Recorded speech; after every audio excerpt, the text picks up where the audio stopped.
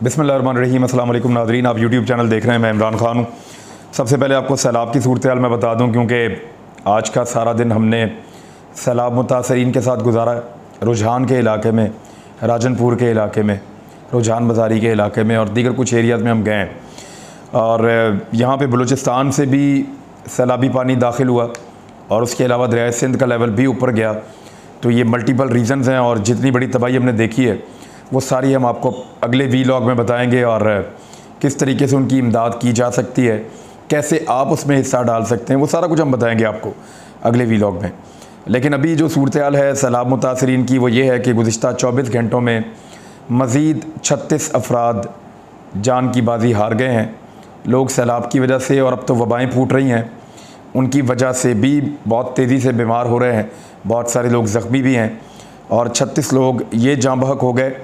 और टोटल जो अब तक हलाकतें हुई हैं पाकिस्तान में इस आफत के बाद से लेकर अब तक वो 1162 हैं। 1162 अफराद इंतकाल कर गए हैं, जाँ बहक हो गए हैं इस बदतरीन सैलाब की वजह से।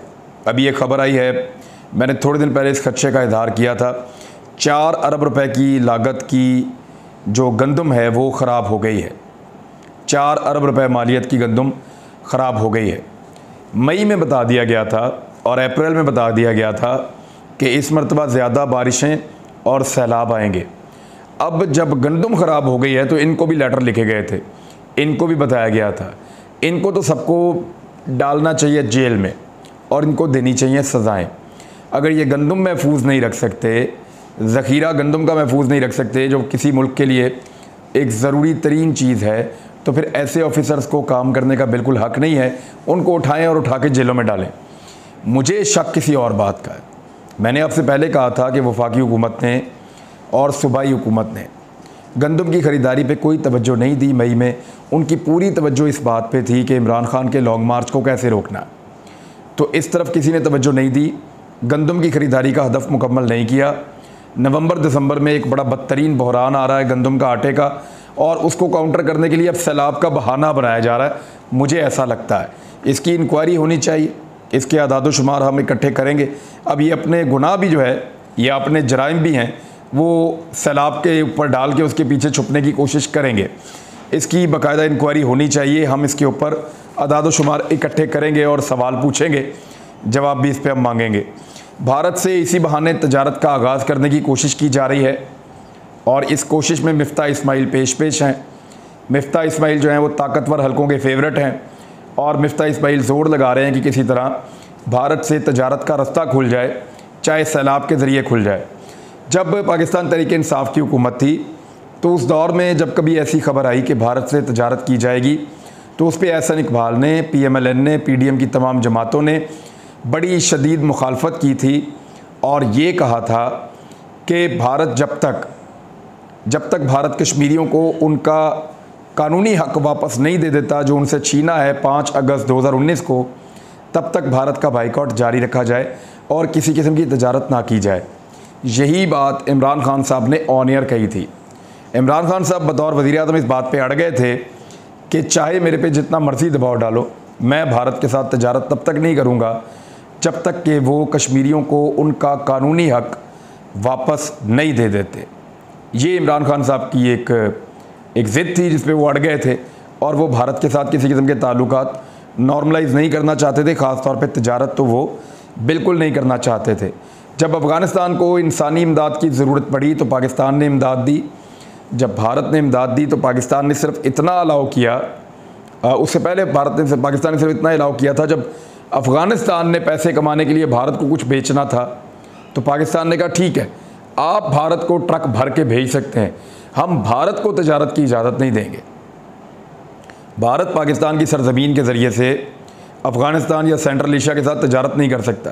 हाँ, अगर अफ़गानिस्तान चाहे तो हम अफ़गानिस्तान को ये अलाउ कर देते हैं कि वो पाकिस्तान की सरज़मीन इस्तेमाल कर ले, और वो इसलिए क्योंकि पाकिस्तान अफ़गानिस्तान की सरज़मीन को इस्तेमाल करता था सेंट्रल एशिया जाने के लिए। तो ये एक म्यूचुअल हमारा उनके साथ एग्रीमेंट था।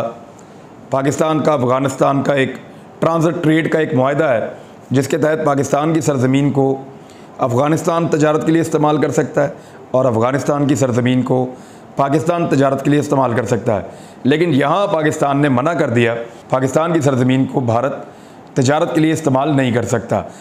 उस दौर में मुझे याद है कि जो भिखारी दानिश्वर हैं या जो PMLN के बहुत करीबी सहाफ़ी हैं, उन लोगों ने बड़ा रोला डाला था और बहुत शोर मचाया था कि जी आप भारत के साथ तजारत करने जा रहे हैं, ये गलत बात है और भारत के ट्रक कैसे गुजरेंगे। तो इमरान खान ने साफ इनकार कर दिया था।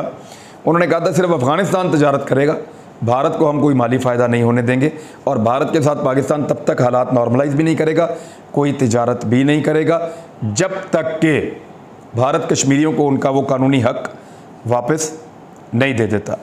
अब एक ख़बर है जो दी है नजम सेठी ने, इस्टेब्लिशमेंट को इसके ऊपर गौर करना चाहिए और इसका जवाब ज़रूर देना चाहिए।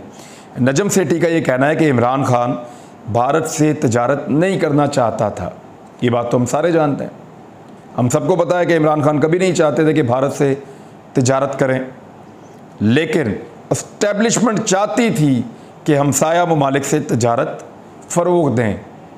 यानी इमरान खान नहीं चाहता था, इस्टेब्लिशमेंट चाहती थी कि हमसाया ममालिक के साथ तिजारत हो, लेकिन इमरान खान भारत के साथ तिजारत नहीं चाहता था।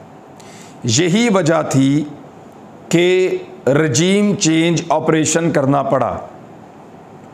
अब नजम सेठी ने गवाही दे दी है, अब मुकर नहीं सकते। नजम सेठी ने गवाही दे दी है, PMLN के बहुत करीबी हैं, नवाज शरीफ के बहुत अच्छे दोस्त हैं।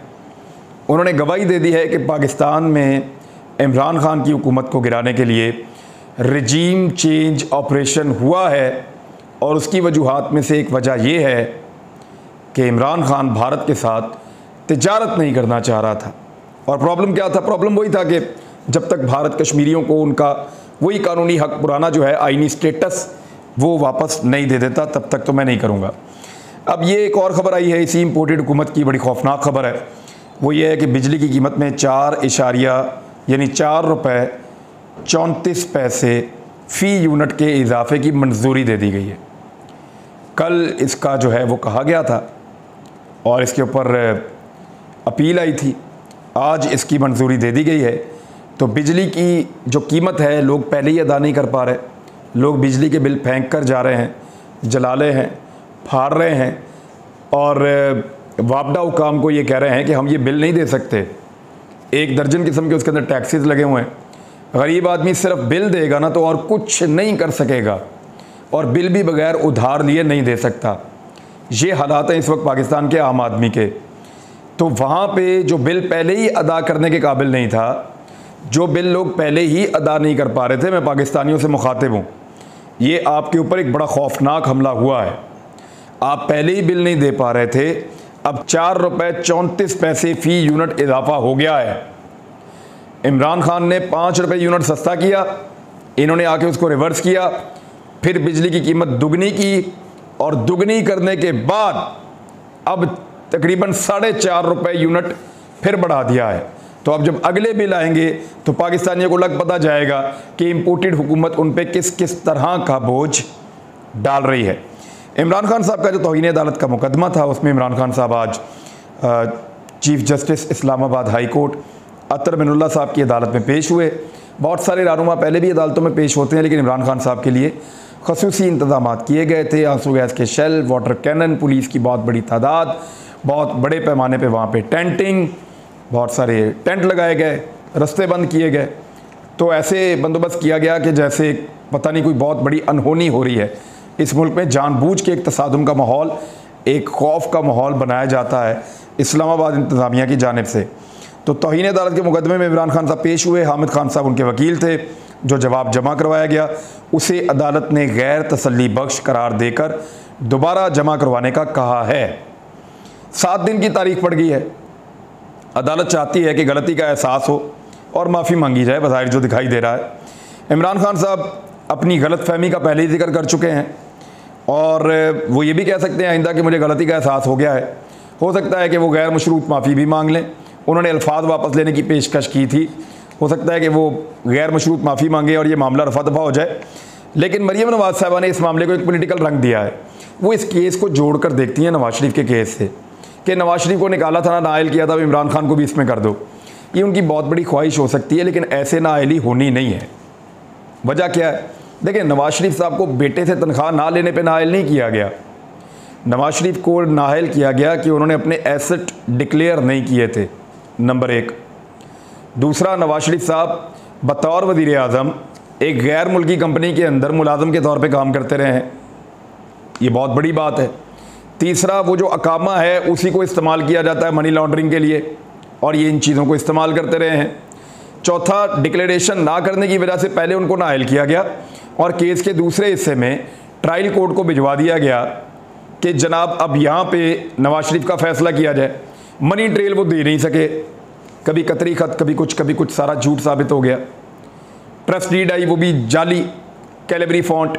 इतना इन्होंने फ्रॉड किया, इतना इन्होंने धोखा किया कि अदालत मजबूर हो गई सज़ा देने पर, और नवाज शरीफ साहब ने बिल्कुल मनी ट्रेल नहीं दी, साबित नहीं कर पाए कि ये पैसा आया कहाँ से। तो जब उनका साबित हो गया करप्शन, क्योंकि नैब के कानून के मुताबिक जब आप मनी ट्रेल नहीं दे पाते, बार ऑफ एविडेंस आपके ऊपर है कि आपने साबित करना है कि वो पैसा आपका है।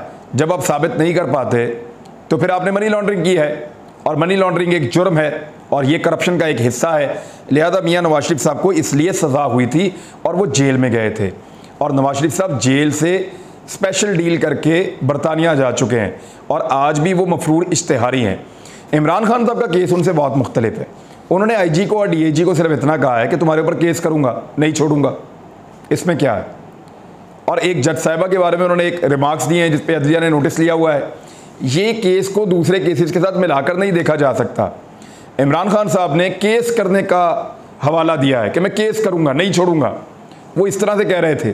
वो तलाल चौधरी या दानियाल अजीज़ या जो बाकी लोग हैं, निहाल हाशमी वगैरह, उनकी तरह ये तो नहीं कह रहे थे कि आपके बच्चों ने यहाँ रहना है, आपने यहाँ रहना है, हम आपके लिए ज़मीन तंग कर देंगे, हम आपका जीना महाल कर देंगे, आप अपने घर वालों के लिए मुश्किलात पैदा ना करें, हम लोहे के चने हैं, दांत टूट जाएंगे चबाओगे तो।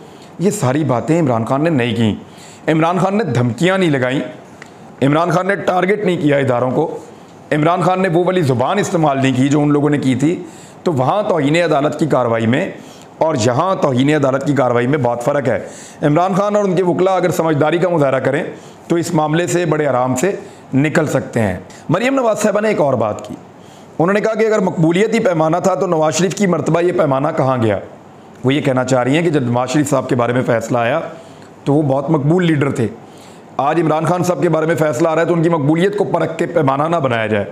एक तो मरीम नवाज़ साहिबा ने यहाँ पे तस्लीम किया कि वाकई में इमरान खान की मकबूलियत इस वक्त बहुत ज़्यादा है, यानी इस बेचारगी में, बेअकली में या नासमझी में मरीम नवाज़ साहिबा ये बात तस्लीम कर गई अपने इस जुमले में कि मकबूलियत इमरान खान की बहुत ज़्यादा है, और उस मकबूलियत की वजह से ये एक पैमाना बन रहा है कि इमरान खान को सज़ा ना दी जाए। तो पहले तो अच्छी बात है कि उन्होंने तस्लीम किया बतौर सियासतदान। बड़ा दिल करना पड़ता है कि वो तस्लीम करें कि इमरान खान की मकबूलियत उन सबसे ज़्यादा है, और वैसे सारे ही मानते हैं कि इमरान खान की मकबूलियत PDM की तमाम जमातों से ज़्यादा है। नवाज शरीफ की इतनी मकबूलियत कभी नहीं थी। अगर मकबूलियत पैमाना हो भी तो तब भी मियाँ साहब की इतनी मकबूलियत कभी नहीं थी। मियाँ साहब जब निकले तो उन्होंने कहा मुझे क्यों निकाला। GT रोड पे आए, हमने GT रोड को खाली देखा, लोग थे ही नहीं। सारे MNAs MPs को फ़ोन कर करके, हुकूमत भी अपनी, सूबाई भी हुकूमत अपनी, वफाकी हुकूमत भी अपनी, लोग थे ही नहीं।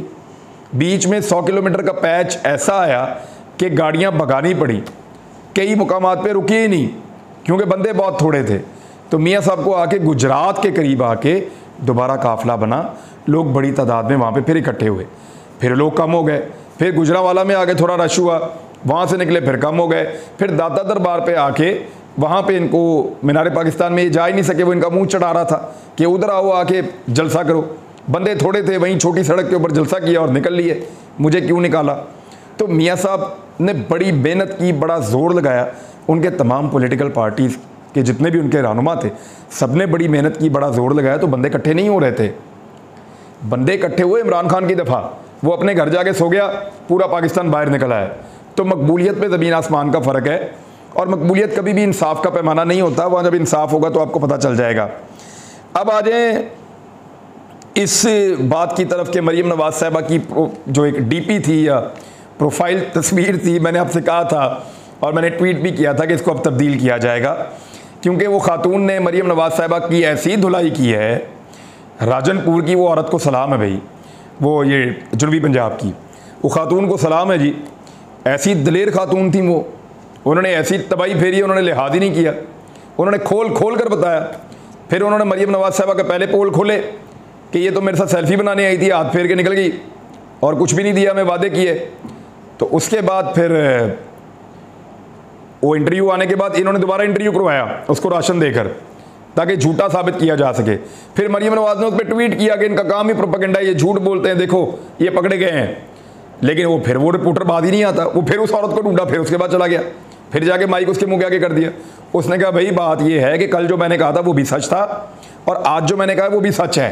कल मैंने कपड़े वो वाले पहने हुए थे जिसमें मरीम नवाज के साथ थी, और उस कपड़ों में मैंने आपको इंटरव्यू दिया था। तब इन्होंने मुझे कोई राशन नहीं दिया, कोई पैसे नहीं दिए, कुछ नहीं दिया।